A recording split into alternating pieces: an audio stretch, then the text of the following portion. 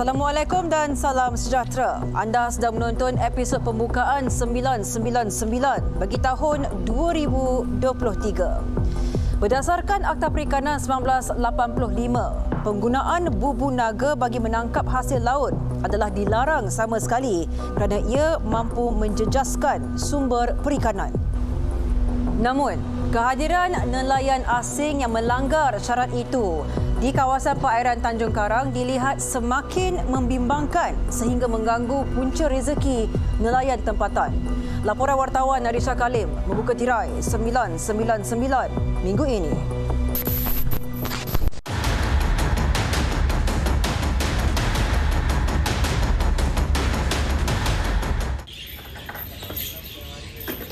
Pengusaha bubu naga ni kebanyakan dia kru asing. Sebab itu apabila bubu naga ni ada di sini, di kawasan kami orang, bermaknanya pendapatan kami orang terjejas. Hasil yang kami orang selalunya dapat, kalau katakan satu hari boleh dah mencecah RM150, RM200, RM80. Tapi sekarang ni, pada masa sekarang ni, hasil pendapatan kami orang sekitar RM20 ataupun RM30 je satu hari. Itu rintihan seorang individu yang bekerja sebagai nelayan sejak kecil terhadap masalah yang menggugat punca rezeki mereka pada ketika ini.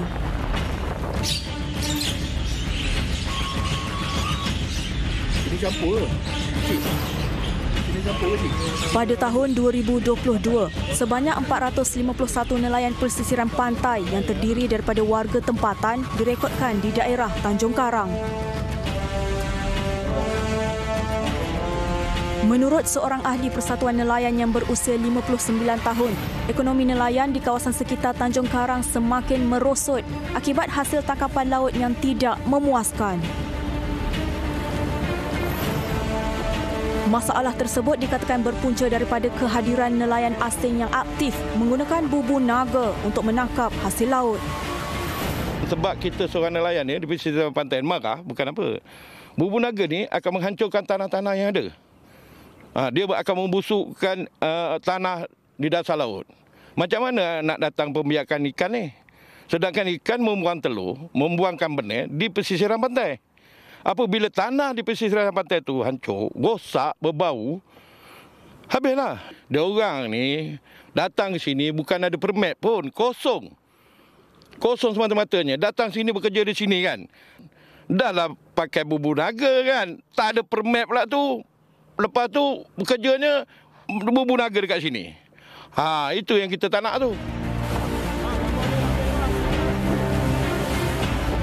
Ekoran itu, kru 999 melakukan pemantauan di lokasi berkenaan bagi melihat situasi nelayan tempatan menangkap hasil laut. Okey, Pakcik, macam mana hasil tangkapan? Tangkapan macam inilah hari-hari. Tangkapan macam ni. Lebih kurang macam ni, ada lebih sikit je. Cukup ke? Tak cukup lah, kalau nak kira tak cukup menampung keluarga. Masalahnya, kita labur jaring tu tak boleh berjalan, sangkut. Kita tarik, jaring boleh pecah. Lagipun udang dia dah masuk dalam bubu naga tu, jaring kita tak kena dah. Dulu boleh dapat lebih lah, 200-300 hari boleh dapat. Sekarang ni nak cari RM20 pun sakit dah. Sebabnya masalah bubu naga ni lah. Tepat jam 8 pagi, pemantauan turut mendapati beberapa bot yang dipercayai dikendalikan oleh nelayan asing telah mula beroperasi bagi mengutip hasil laut menggunakan bubu naga yang ditinggalkan beberapa jam sebelumnya.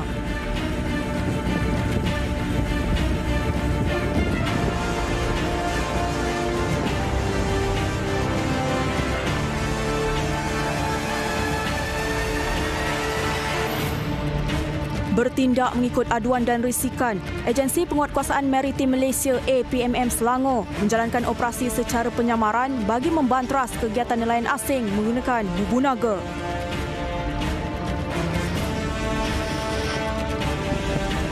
Di kedudukan 1.5 batu nautika barat Daya Skincan, 3 nelayan asing berjaya dikesan.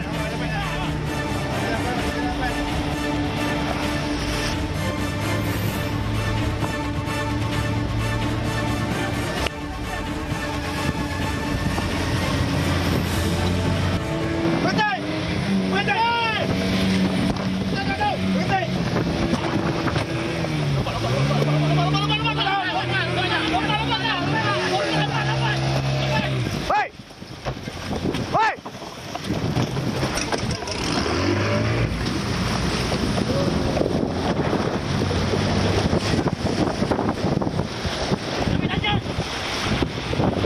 Gimana?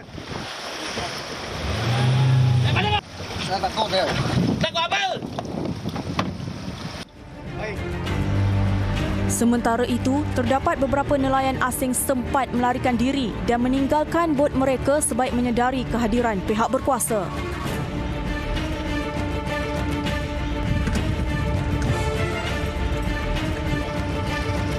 Walaupun nekat terjun ke laut, 3 nelayan asing ini berjaya diberkas pihak APMM. 3 nelayan warga asing ini yang cuba melarikan diri sewaktu ditahan pihak berkuasa kerana dipercayai menggunakan bubu naga telah mendakwa bekerja di Malaysia selama 1 tahun dan digajikan sebanyak RM1,500.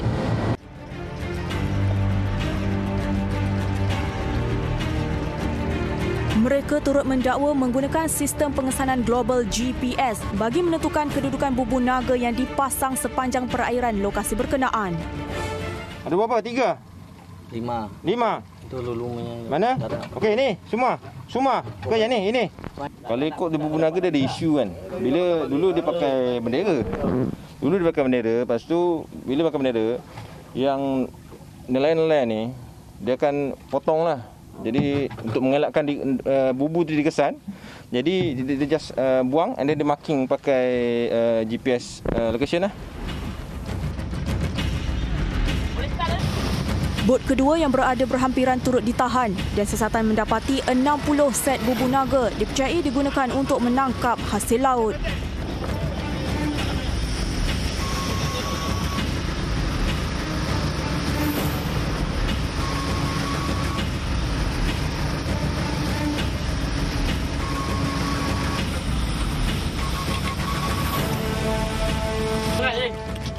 Senyum. You kedai di sebelah lebih. Biasanya kalau dagang hasil ni ada berapa kilo? Satu hari 300, 400 ni macam lah. Ini punya bos tank satu bos 150, saya 150. Kulimnya ini macam lah ni. So toki kamu ni ada lesen tak? Apa? Ada lesen? Tak tahu saya. Dalam pada itu, 2 individu dipercayai pemilik salah sebuah bot tersebut datang menghampiri kami dan merayu agar botnya tidak dirampas.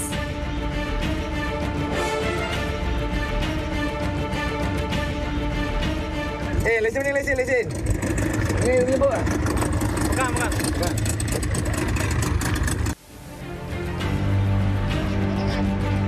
Menurut Timbalan Pengarah Operasi Maritim Selangor, Komander Maritim Muhammad Syariniza Ghazali, keenam 6 suspek berusia lingkungan 20 hingga 55 tahun serta 135 set bubu naga telah berjaya dirampas. Penggunaan bubu naga ni akan merosakkan ekosistem dasar laut, juga membantutkan pembiakan ikan-ikan kecil di pesisir pantai. Dalam masa sama, penggunaan bubu naga ini juga mengganggu aktiviti nelayan pantai yang menggunakan buka hanyut. Dan sedikit kita maklum bahawa bubu naga ini merupakan peralatan yang dilarang untuk menangkap ikan. Penguatkuasaan turut diperketatkan, ekoran aduan diterima semakin meningkat melibatkan nelayan asing yang menggunakan bubu naga.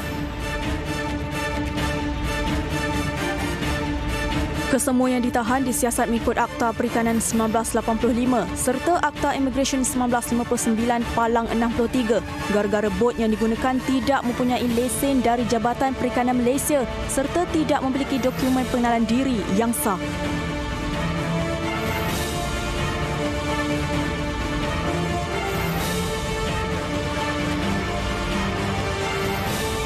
Laporan Arisha Kalim, 999. Dengan siapa? Kamu dengan siapa? Awek. Minta proyeksi dua-dua.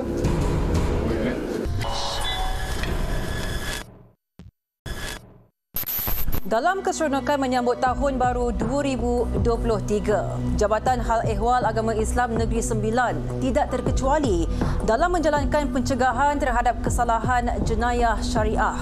Justru itu, pemeriksaan cetakan ayat suci Al-Quran serta usaha untuk menyekat aktiviti maksiat juga dijalankan di sekitar negeri terbabit. Saksikan perinciannya bersama wartawan Afifah Haminuddin.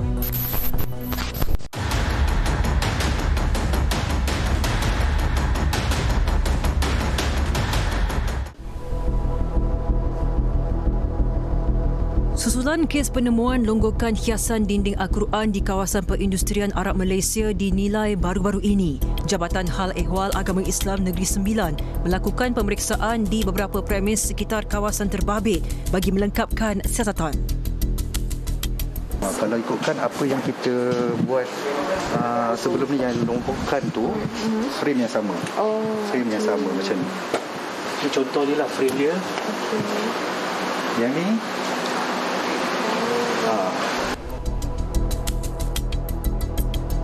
Hasil pemeriksaan, pihak Jabatan Hal Ehwal Agama Islam Negeri Sembilan mengesan beberapa kesalahan pada perhiasan khat ayat Al-Quran yang dijual. Apabila ada tanwin dekat sini, patutnya dia hanya ada satu baris je. Tapi kat sini dia ada letak dua, maka ni ikutnya salah lah di bawah akta teks, letakkan teks Al-Quran tu. Kalau yang dah biasa hafal surah ni Ayatul Kursi ni, dia mungkin tak nampak dia punya sedikit kesalahan dekat sini. Tapi bagi orang yang memang dia baca berdasarkan apa yang tertulis, dia akan baca biiznihi ya'lamu man. Jadi maknanya dia salah dari sudut pembacaan Al-Quran itu. Namun, seorang pekerja warga asing berusia 35 tahun di premis ini cuba menyangkal dakwaan pihak berkuasa berkenaan pelanggaran syarat Seksyen 14 Akta Percetakan Teks Al-Quran 1986. Daripada mana? Ni negara Cina buat ke? Ini bukan Cina, ni Malaysia. Malaysia? Kalau Malaysia macam mana dia punya ejaan salah? Okey. Kalau ayat Al-Quran, ya'lamu ma ke ya'lamu man? Ya'lamu ma baina aydihim. Ni ma ke man? Ini ma. Mim alif. Mim alif. Ini ma betul. Cuma tanwin saja yang lebih. Bagi orang yang tak tahu, dia akan baca ya'lamu man. You hafal okeylah. Saya hafal 30 juzuk. Tak apalah hafal 30 juzuk. Kalau you hafal 30 juzuk, betul ke atau tidak ini? Tanwin saya tak pasti. Lelaki yang mendakwa baru menetap selama 2 bulan di Malaysia akhirnya akur selepas membuat pengesahan pada kitab suci Al-Qurannya. Ya lamu ma. Ini salah ke betul? Ma betul. Man. Tanwin saja yang salah. Saya tak kalau baca ini ma betul. Cuma tanwin yang lebih. Kalau baca dia jadi betul ke salah? Salah. Kalau baca jadi betul ke salah? Salah. Salah. Hasil siasatan, premis terbabit disita mengikut Seksyen Undang-Undang Kecil 3 Perlesenan Trade dan Perindustrian 1996 kerana tidak mempunyai lesen perniagaan yang sah. Sempena malam tahun baru, operasi cegah maksiat turut dijalankan pada jam 11 malam dengan mensasarkan sebuah pusat hiburan yang menjadi lokasi tumpuan remaja beragama Islam untuk berhibur sambil meminum minuman beralkohol.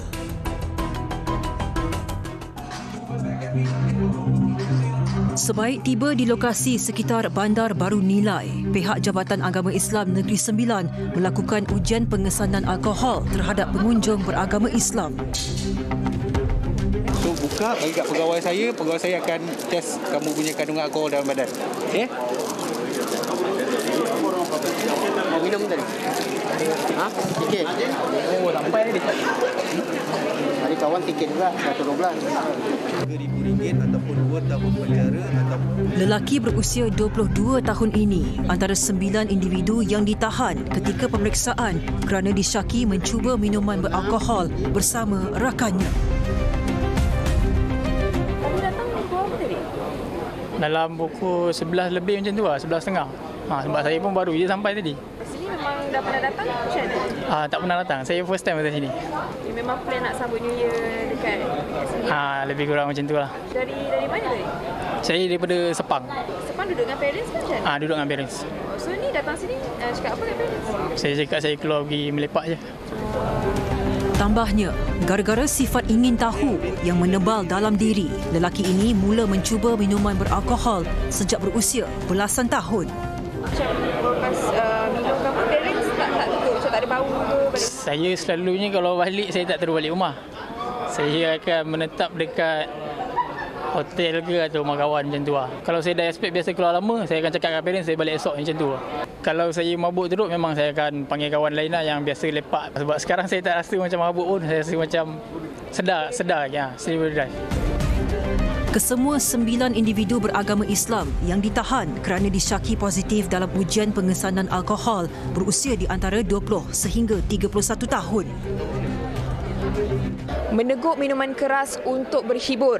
Itu antara kesalahan yang dikesan ketika serbuan di premis hiburan oleh Jabatan Agama Islam Negeri Sembilan. Dan rata-rata pengunjung beragama Islam yang disoal menyatakan bahawa mereka mengambil minuman keras ini adalah untuk berhibur ketika malam Tahun Baru.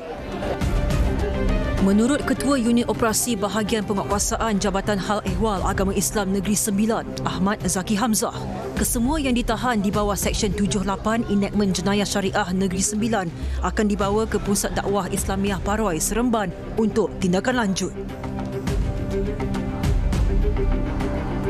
Selain itu, pemeriksaan sempena ambang Tahun Baru turut dilakukan di sebuah hotel bajet yang terletak kira-kira 6 km dari premis hiburan terbabit.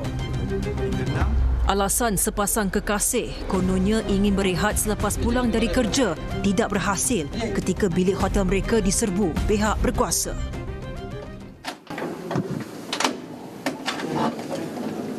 Dah lama Dengan siapa?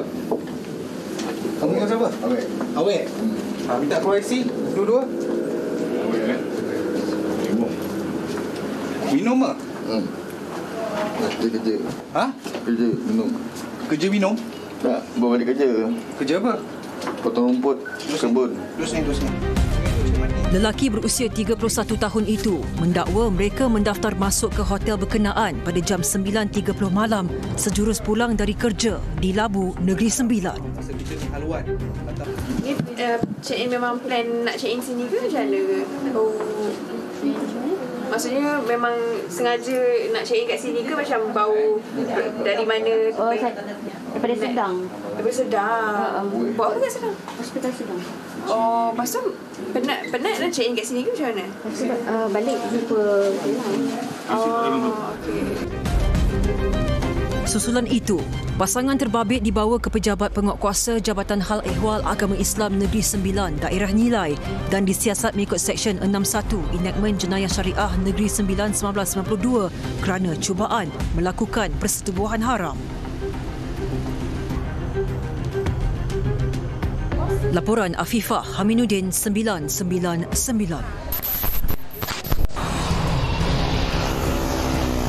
Nak balik rumah. Memang bawa slow ke bawa laju tadi? Meter saya rosak, tak perasan lah.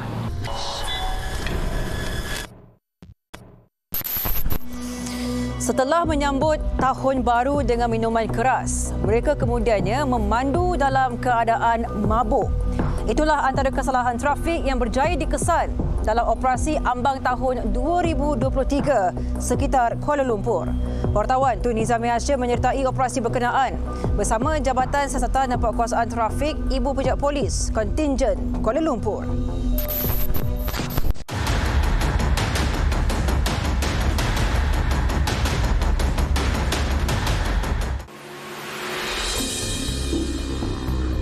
Mabuk tak? Tak, satu kelas saja. Satu kelas yang kurang minum dia. Kawan ada berstay. Hari minum satu kelas saja. Sebab hari mau bawa kereta. Saya tak pernah minum dia bawa kereta. Hari ini saja. Itu antara alasan diberikan oleh segelintir pemandu yang berada di bawah pengaruh alkohol ketika ditahan di sekatan jalan raya pada malam ambang Tahun Baru.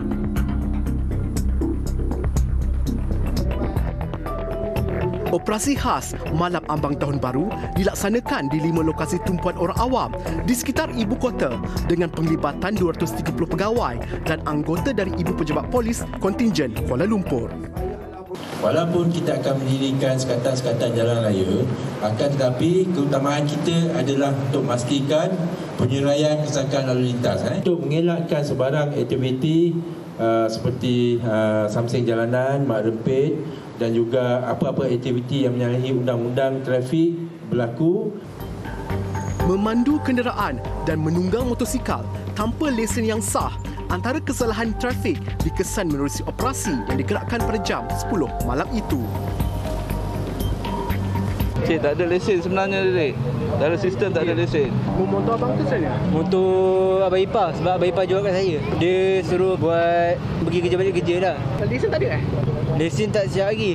Oh, bila ambil itu kiranya bila akan siap? Ambil 2019, tapi sebab diorang tunda tarikh, diorang kata esok baru boleh pergi ambil. Set merah, Cik, tak ada. Nombor plate depan pun tak ada, Cik. Saya saman, Cik, atas kesalahan. Tak ada lesen mandu, tak ada nombor pendaftaran dan set merah. Selain itu, terdapat juga pemandu dan penunggang motosikal yang didapati mengubah suai aksesori kenderaan seperti memasang exhaust bising yang tidak mengikut piawaian yang ditetapkan mengikut Seksyen 64 Akta Pengangkutan Jalan 1987.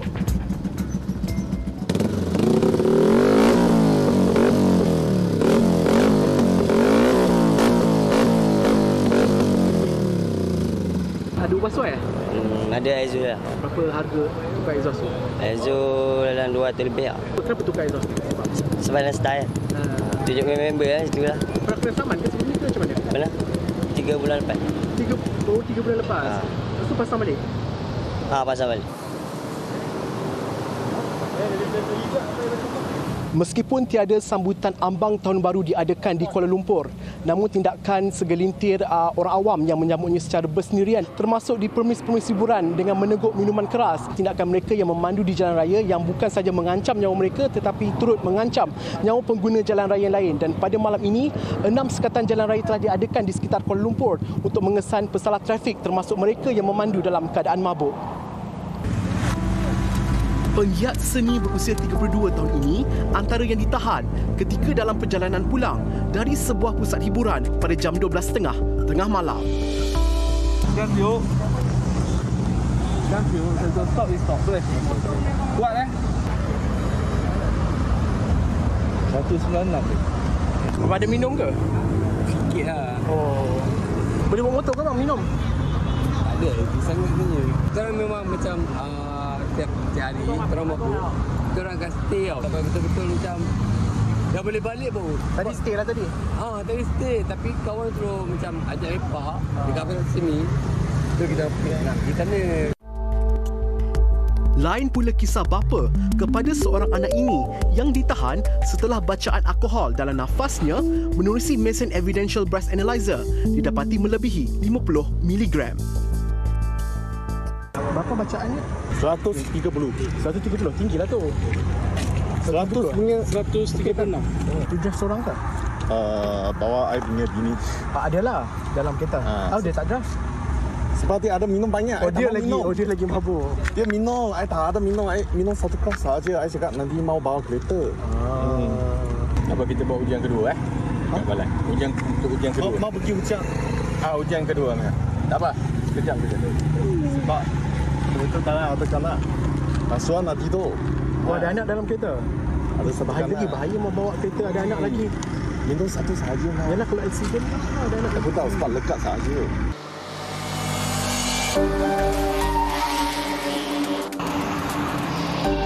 Sementara itu, seorang remaja bawah umur antara 12 samseng jalanan yang ditahan kerana menunggang motosikal secara melulu dengan mempamerkan aksi berbahaya sekaligus menyalahi Seksyen 42 Akta Pengangkutan Jalan 1987. Umur berapa dia? 15. Masih sekolah lagi ke dah tak sekolah? Sekolah. Ni tadi malam pergi dari mana ni tadi? Pusing-pusing town. So ni nak balik mana tadi? Nak balik rumah. Memang bawa slow ke bawa laju tadi? Meter saya rosak, tak perasan lah. Oh, tapi ada buat aksi tu juga Ada. Aksi apa tadi buat? Tunduk dengan tu lah. Dengan apa? Fly. Belajar kat mana buat fly semua ni? Dulu main basikal ajaan. Oh, lepas tu? Lepas tu kalau belajar dari situ lah. Lepas tu sekarang nak upgrade lah kiranya. Ni motor siapa bawa? Motor ayah. Ayah tahu keluar malam ni? Ayah tahu. Dia pernah aksiden ke apa tak pernah? Pernah. Dalam bulan 9 kot. Baru lagi lah. Lepas tu masih tak serik, masih berani nak buat aksi lagi? Lepas stres. Sebab? Kadang-kadang ni kadang-kadang bapak marah. Marah sebab apa? Kadang-kadang balik lewat sangat. Mesti ayah risau balik lewat kan. Stres sebab tu. Lepas tu buat fly. Menurut Timbalan Ketua Polis Kuala Lumpur, Datuk Yahya Othman, pihaknya mengeluarkan 372 notis kompaun atas pelbagai kesalahan trafik dan 10 buah motosikal disita untuk tindakan lanjut. Dia dapati kemalangan maut untuk tahun 2022 berbanding dengan tahun 2021 ada peningkatan. Lebih kurang 26 kematian yang dicatatkan, peningkatan 26 kematian dicatatkan. Jadi mulai pada awal tahun ini kita akan mengadakan ataupun menggiatkan lagi operasi, terutama operasi di samping jalanan, pemaduan mabuk dan juga operasi pemeriksaan ke atas kenderaan-kenderaan yang melakukan kesalahan. Untuk mereka yang didapati mabuk, tindakan denda yang sebelah di bawah Seksyen 45 Akta Pengangkutan Jalan 1987, denda sebanyak RM10,000 dan mandatory lesen digantung. Operasi tamat pada jam 6 pagi. Laporan Tun Nizami Hashim, 999.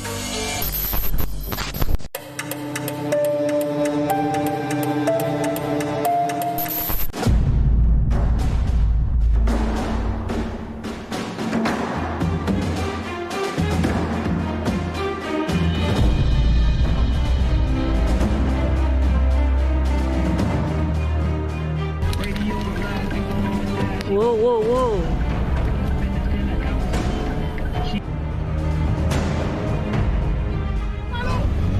Jalan.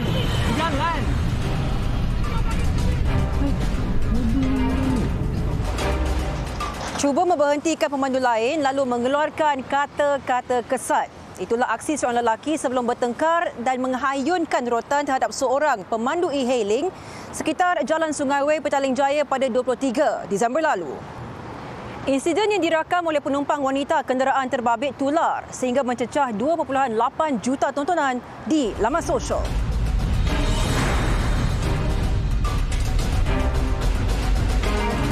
Road bullies ni tak sepatutnya berlaku. Kalau on the road tu, in case ada salah faham ke apa, I think the person tu need to sabarlah. In my case, kalau I kena macam tu, I should sit inside the car lah. Sit inside the car and then call police ke ataupun kalau dia blocking kita, mungkin kita calm him down first and then lepas tu mungkin kita call police ke kalau benda tu tak boleh control. Kita memang expose dengan benda-benda macam tu. Bukannya kita expose dengan road bully tapi dengan behaviour pemandu yang kadang-kadang bawa dengan bahaya kan. Nasihat untuk pemandu-pemandu supaya jangan terbawa emosi semasa memandu. Kalau boleh masalah-masalah tu tinggal kat rumah ataupun selesaikan dengan cara baiklah. Menurut Ketua Polis Daerah Petaling Jaya ACP Muhammad Fahrudin Abdul Hamid, mangsa membuat laporan polis pada 24 Disember sekitar jam 5.46 petang. Hasil ketangkasan pihak polis, suspek berjaya diberkas berhampiran Jalan Pencala, Petaling Jaya pada 26 Disember sekitar jam 3.20 petang. Ia berdasarkan kepada risikan dan juga informasi yang kita terima daripada risikan kita sendiri. Dan kita dah buat tangkapan kepada suspek ini. Suspek berumur 31 tahun, seorang warga tempatan. Suspek mempunyai rekod jenayah melampau iaitu di bawah kes jenayah, kes samun dan juga pernah menjalani hukuman pokok. Beliau turut menasihati orang ramai agar lebih berwaspada dan tidak melakukan tindakan melulu jika berdepan dengan pembuli jalanan. Untuk mereka yang mengalami kejadian insiden melibatkan road bully, pertama kita jangan bertindak bertindak balas kepada mereka yang cuba menyerang kita. Kita duduk dalam kenderaan kita, kemudian kita terus hubungi pihak polis ataupun MERS 999 dan kita akan berikan bantuan. Sekiranya kita bertindak balas, ini melibatkan pergaduhan dan ia boleh mengancam kepada nyawa kita sendiri. Suspek telah direman selama 3 hari bermula 27 hingga 29 Disember dan kes kini disiasat mengikut Seksyen 504 Kanun Keseksaan dan Seksyen 14 Akta Kesalahan-Kesalahan Kecil 1955. Mereka mengambil kesempatan untuk meriki kenderaan mana yang mereka nak mensasarkan untuk mencuri.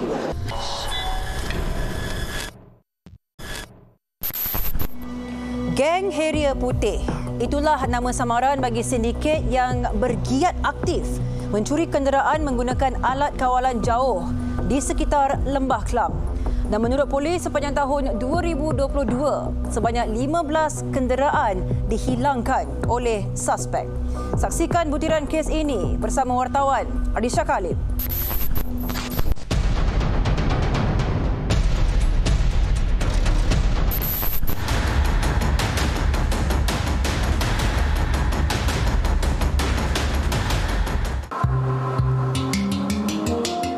Mereka bertemu di satu tempat di mana mereka mendapatkan buah-buah di Pasar Borong. Jadi apabila mereka berniaga sebagai penjual buah bergerak ini, mereka mengambil kesempatan untuk meriki kawasan mana ataupun kenderaan mana yang mereka nak mensasarkan untuk mencuri. Itu taktik licik sindiket curi kenderaan dikenali sebagai Geng Heria Putih yang dipercayai telah melenyapkan 15 buah kereta menggunakan alat kawalan jauh sepanjang tahun 2022.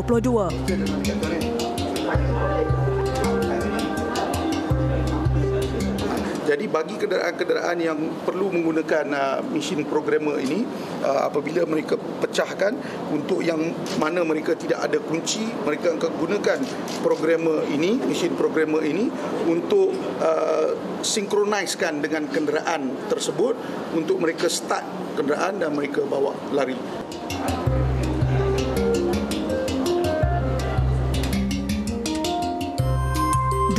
Disember lalu, pihak polis dari bahagian siasatan jenayah Ibu Pejabat Polis Daerah Serdang berjaya memberkas 4 suspek disyaki giat mencuri kenderaan sekitar Lembah Kelang.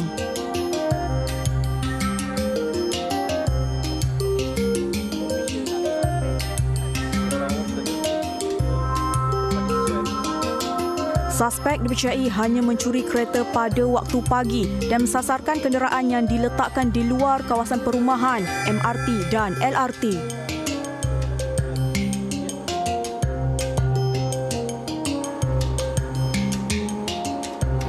Menurut polis, ini merupakan kawasan pit stop suspek di mana suspek akan membawa kenderaan yang dicuri di kawasan ini untuk mengubah nombor plet kenderaan dan menutup sistem GPS. Dan proses tersebut dikatakan hanya mengambil masa selama 5 minit sahaja. Kawasan tersebut tidak mempunyai sebarang kamera litar tertutup CCTV selain sunyi di waktu pagi sekaligus memudahkan suspek menjalankan aktiviti haram itu.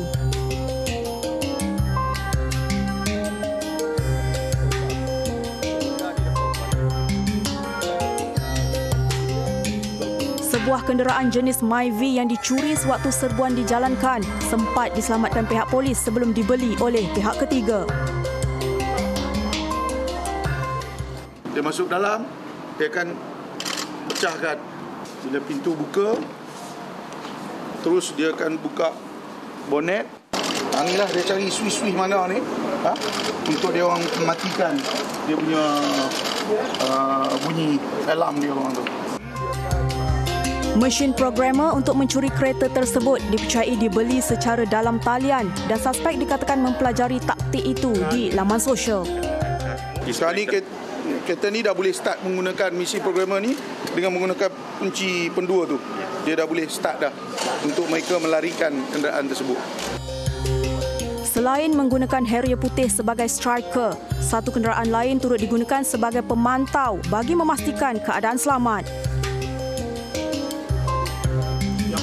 Kesemua suspek yang berusia lingkungan 41 hingga 59 tahun itu dipercayai melakukan kegiatan tersebut sejak 2 tahun lalu serta diberi upah sebanyak RM1,500 hingga RM2,000 bergantung jenis kenderaan yang dicuri.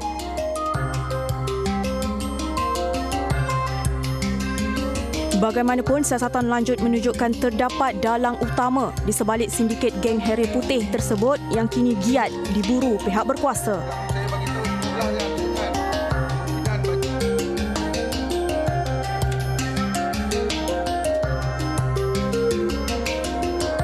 Laporan Arisha Kalim, 999.